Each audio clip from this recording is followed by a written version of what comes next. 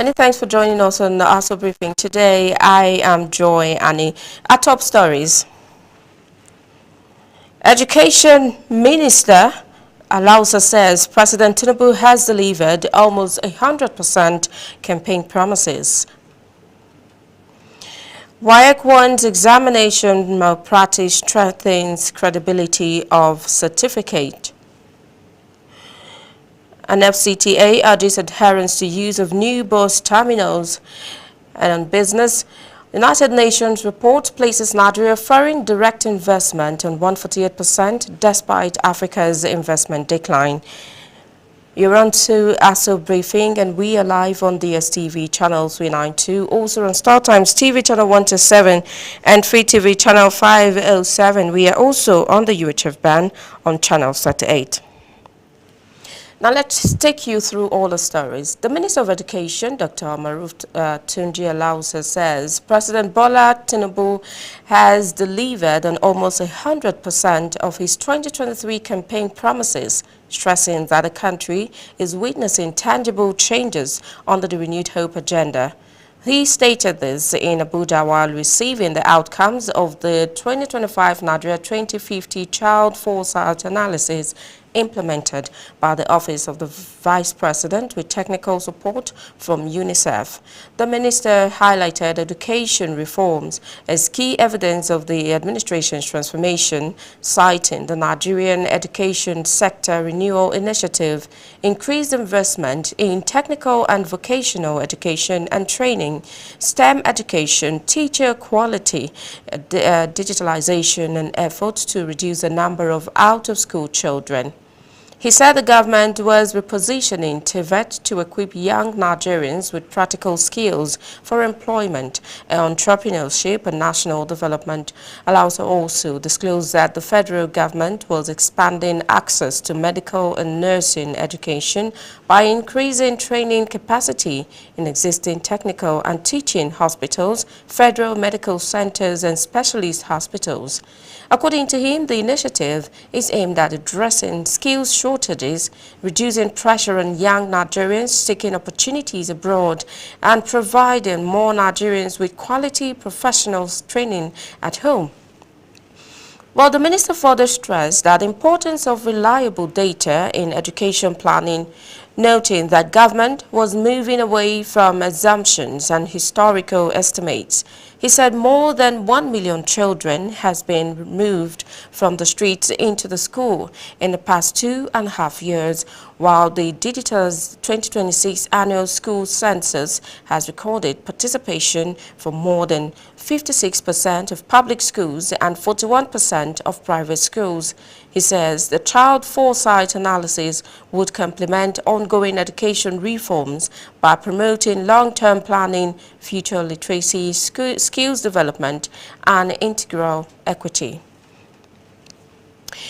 Now, the West African Examination Council, WAEC, has frowned over growing concerns on examination malpractice and its impact on the credibility of public examinations and education certificate. The body, through an interview with newsmen, called for strict computer-based testing, saying it will curb examination malpractice in some centers, popularly known as miracle centers. Mr. Timothy Manga, a WAEC official in Makurdi, gave the advice to newsmen in an interview on the growing concerns over examination malpractice and its impact on the credibility of public examination and educational certificates. Manga said allegations of the existence of miracle examination centers in some states had become worrisome, though there had been no official confirmation of such centers in the state. He described the development as a threat to the education system, saying schools should be known for quality teaching rather than their ability to facilitate examination malpractice. He added that the CBT would examine and enable examination bodies to exercise greater control over examination venues, personnel, and security arrangements. Now, the Federal Capital Territory Administration says it is set to end the practice of loading passengers along roadsides and operating illegal motor parks in the nation's capital. The FCTA says commercial transport operators will soon be required to use designated bus terminals as part of measures to improve public transportation and strengthen security. The newly completed terminals in Mabuchi, Kubo, and Central Business District are expected to provide more organized and secure points for passengers to board commercial vehicles. We're calling this press conference to issue a direct appeal, and if you like, /warning, that the days of everybody doing what they like, it will no longer happen in the FCT. Because we're having, every day, the citizens will come and say, oh, we'll have one chance. Oh, we have this, we'll have that. And those of us in this system knows that the problem of one chance, the problem of insecurity, the problem of drug trafficking, the problem of arms trafficking will be half solved if we have a proper transportation system where operators are profiled, not profiled in the sense of the profile is to know who is doing what. And that is why the bus terminals were built. Last time, we had done this before, and the operators opted to play cat and mouse with us. I have the list there. We impounded almost over 100 vehicles. And to show that government has a human face, we said, don't go back on the road. Don't load your vehicles in private places. Don't turn, because all the laws of the FCT says you cannot operate transportation in open spaces, in your private premises, without license, without authority. And the operators, for reasons best known to them, because we have tried our best. And when you find that people think that, well, government is nothing, that government policies are not meant to be obeyed, people tend to want to do whatever they like. So I'm only saying that we are ready. I, Managed Secretary Transportation, I'm ready. Government is ready. So whoever thinks that government policies should not be obeyed, whoever thinks that you can operate a transportation system where every day people abuse government about insecurity, about transportation, well, I want to appeal, like I said, want to appeal, put appeal, and to say we're going to have to clean up the city. Because most of the vehicles. Well, he also confirmed that the move is also aimed at addressing security concerns associated with unregulated transport operations, including the menace of one-chance robberies.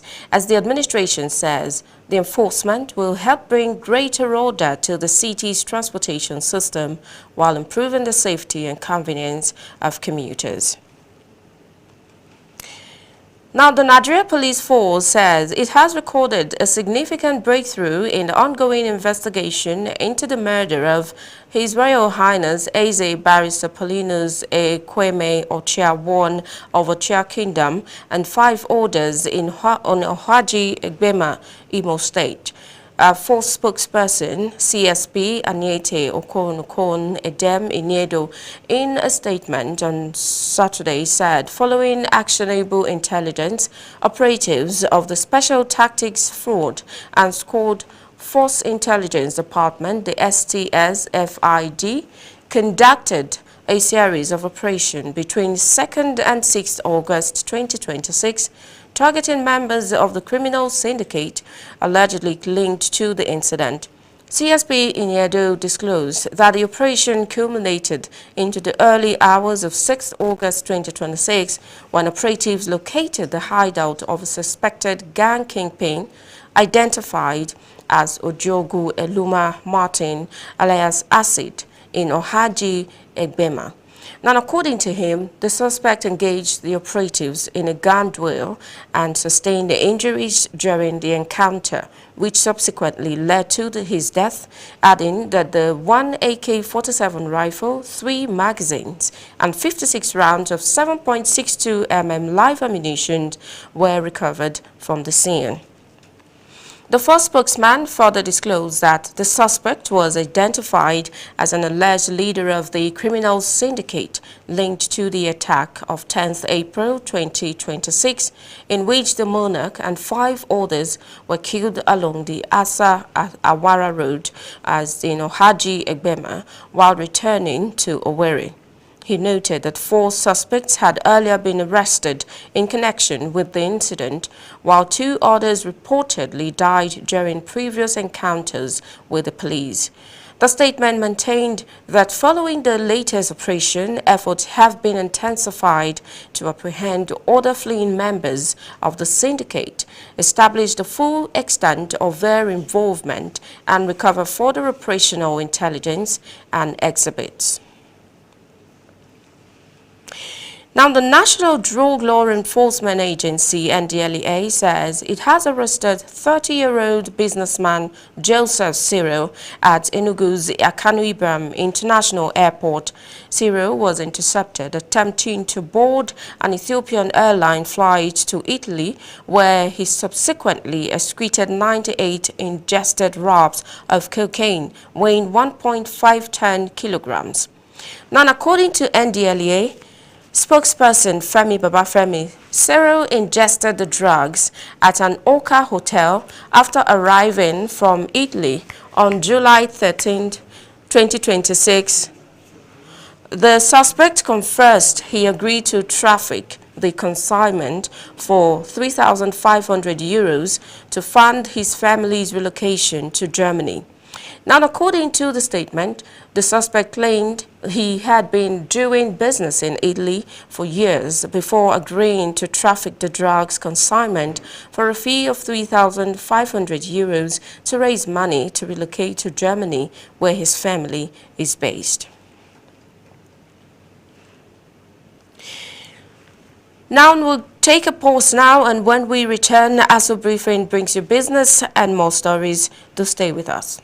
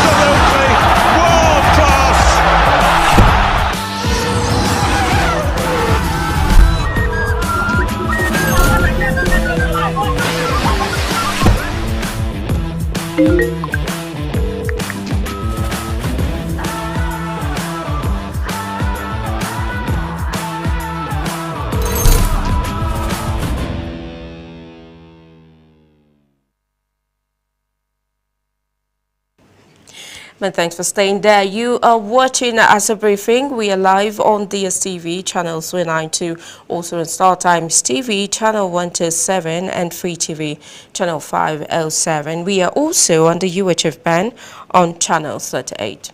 Now let's take you to the rest of our stories. Nigeria Security and Civil Defense Corps (NSCDC) says it will deploy 10,210 personnel and specialized tactical units to reinforce security operations across Osun State ahead of the governorship election.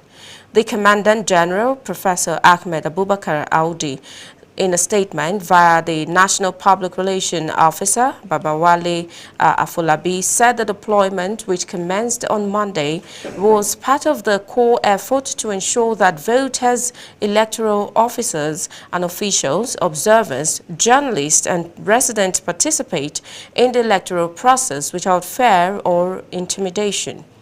Now, according to the statement, uniformed and undercover personnel from the Oyo, Ondo, Ekiti, Ogun, Lagos, Kwara State, Edo, Kogi Delta, and Federal Capital Territory, the FCT, state commands, with about 1,000 personnel from each command, would reinforce the Osun State Command and strengthen security coverages across the state, alongside other security agencies deployed for the election. Now, the statement said he also directed the deployment of specialized formations with capabilities suited to the security needs of the election. They include the CG's Special Intelligence Squad, the SIS, Special Weapons and Tactics SWAT Unit, Specialized Female Squad, Mining Marshals, Special Strike Force, Crack Squad, and K9 Unit to ensure effective coordination and supervision. The statement said the Deputy Commander General in charge of Operation DGC, Ayuba Philip, alongside designated Assistant Commandants, General ACGs, and other senior officials would relocate to Osun State to oversee the core election security operations. Aldous assured the people of Osun State that the NSCDC would remain professional, impartial and respectful of the rights of all citizens throughout the electoral process. He also said the protection of election materials, electoral officials and voters remain critical to the successful conduct of the election. Now, the Chief of Defense Staff, CDS, General Olufemi Oluyede, has praised participants in the 2026 Abuja Military Barrack Youth Sport Championship, describing their performances as a reflection of their leadership potential and charisma. Speaking at the closing ceremony of the championship in Abuja, General Oluyede said the competition showcased the talents, discipline and determination of the young athletes. The 5-day championship, organized by the Defense Headquarters, which commenced 3rd August on the Mogadishu Cantonment Sport Complex and Agui Ironsi Sport Complex in Abuja, concluded with the Chief of Defense Staff, General Olufemi Oluyede, applauding the participants, saying the competition would foster youth development, discipline, unity, and the discovery of talent among young people living in military barracks. Our youth have shown us that sports are not just about competition, but about character. Every jump, every pass, every spike, every cheer from the crowd reminds us that the spirit of teamwork, which runs deep within our barracks. In that spirit lies the strength of our armed forces and nation.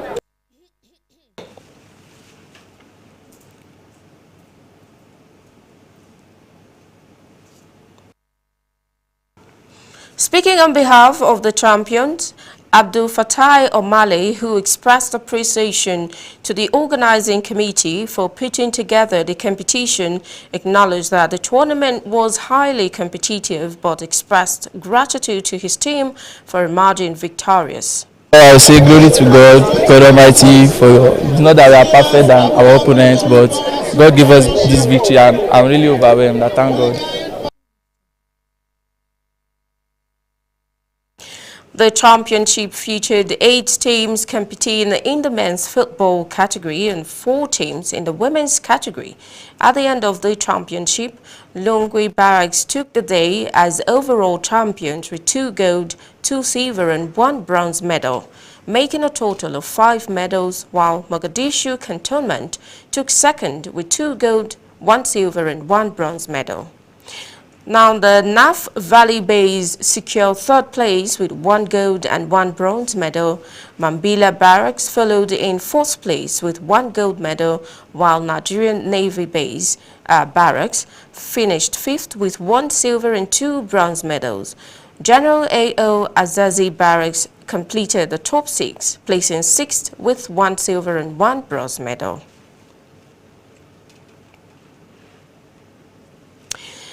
Now on the way to business, the United Nations Trade and Development (UNCTAD) World Investment Report in 2026 has placed Nigeria as one of the Africa's strongest foreign investment performance in 2025, recording a 148% increase in foreign direct investment inflows, despite a sharp decline across the continent. The report showed that global FDI responded by 6% to $1.624 trillion in 2025 from $1.532 trillion in 2024, ending 2 consecutive years of decline. However, the recovery was uneven. While investment into developed economies rose by 11%, FDI flows to Africa dropped by 26% to $70 billion from $94 billion recorded in 2024. Now, against this backdrop, Nigeria stood out as one of the continent's best performers, with FDI inflows rising from $1.61 billion in 2024 to $4.01 billion in 2025. The increase placed Nigeria among Africa's leading investment destination, ahead of Ethiopia, Morocco, Kenya, Cote d'Ivoire and Ghana, although it still trailed Egypt, Guinea and Mozambique. Now, still on business, Nigeria Association of Chamber of Commerce, Industry, Mines and Agriculture, NASIMA, has announced its participation at the Canton Fair coming up in China. The association, via a statement signed by Public Relations Officer Mrs. Madinat Adegun Oladotun, said the 3rd edition of its Business and Investment Forum in Guangzhou, China, is part of effort to attract sustainable foreign direct investment and support the federal government's ambition to building a $1 trillion economy by 2030. The forum, scheduled to hold on the sidelines of the 140th Canton Fair, one of the world's largest trade exhibition, is designed to connect Nigeria with leading Chinese investors, manufacturers, industrialists and business executives across strategic sectors. Well, it says the forum aligns with President Bola Tinubu's renewed hope agenda and is aimed at repositioning Nigeria as a preferred destination for investment, manufacturing and industrial development. The Public Relations Officer also stressed that Nigeria must move beyond being a consumption-driven economy to one anchored on value addition, local manufacturing and industrial growth. To become an economic powerhouse, she added that a deliberate prioritizing of industrialized local manufacturing, innovation, value-added processing and reduced dependence on imports must be accelerated. She also added that achieving the country's industrial aspiration would require increased investment, improved infrastructure, easier access to finance, advanced technology, and stronger international partnerships. Well, that's so much we can take on Aso Briefing today. I thank you so much for your time. I am Joy. I need to stay with us for a flagship news at 3 p.m. Good afternoon.